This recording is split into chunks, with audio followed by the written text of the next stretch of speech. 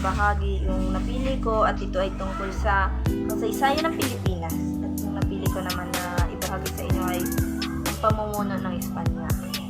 So tara at samahan niyo ako. Unang nakarating ang mga Europeo sa Pilipinas pagdating ng ekspedisyon ng mga Espanyol na pinamumunuan ng Portuges na si Ferdinand Magellan noong ika-16 ng Marso 1571. Umalaot si Ferdinand Magellan sa pulo ng Cebu. Inangkin ito para sa Espanya at binigyan ito ng pangalan na Isla de San Lazaro. Magiliw siyang nakipag-ugnayan sa ilang mga lokal na dato. Nagdaos pa sila ng tradisyonal na sandugo kung saan pinalalabas ang dugo sa braso. Hinahalo sa tubig o alakit, iniinom nilang magkasama. Sa ganitong paraan, ang dugo ng kasama niya ay nasa kanyang mga ugat na. Ginawa silang magkapatid sa dugo. Isang sagrado at hindi pwedeng ipawalang bisa na kasunduan.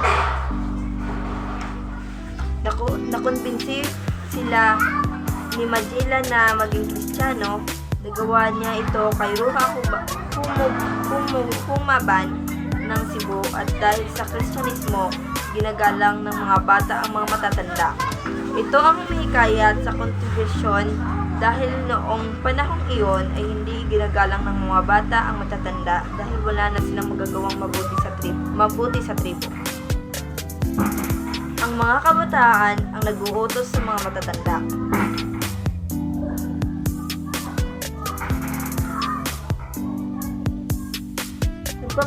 Nagpapakita ito ng isang mahalagang pangyayari sa kasaysayan ng Pilipinas. Nagwagi si Magallanes laban kay Humabon sa pamamagitan ng pagdadala ng bagong kultura na nagpapahalaga sa dignidad ng tao. Ngunit, napatay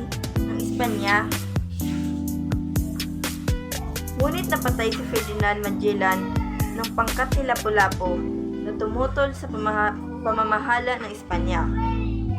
Hinamon ni Magellan si Lapu-Lapu sa isang labanan upang ipakita kung paano lumaban ang mga Europeo. May tatlong dahilan kung bakit natalo si Magellan laban kay Lapu-Lapu. Ang pang-una ay hindi siya nagdala ng tauhan upang suriin ang lugar. Ang pangalawa, binalaan niya ang kalaban na aatake siya, at ang pangatlo, umayag siyang mas maraming tribo ang lumaban sa kanyang mga tauhan. Sa mga sumunod na dekada, iba pang mga ekspedisyon ang pinadala ng Espanya sa Pilipinas. Noong 1543, pinamunuan ni Ruy Lopez de Villalobos ang isang ekspedisyon patungo sa mga pulo at pinangalanang Las Islas Filipinas. Mula sa pangalan ni Felipe II ng Espanya, ang mga pulo ng Samar at Leyte hindi nagtagal. Ibinigay ang pangalang ito sa buong kapuluan. So, ito lang po yung maibabahagi ko sa inyong kwento tungkol sa pamumuno ng Espanya. Thank you po.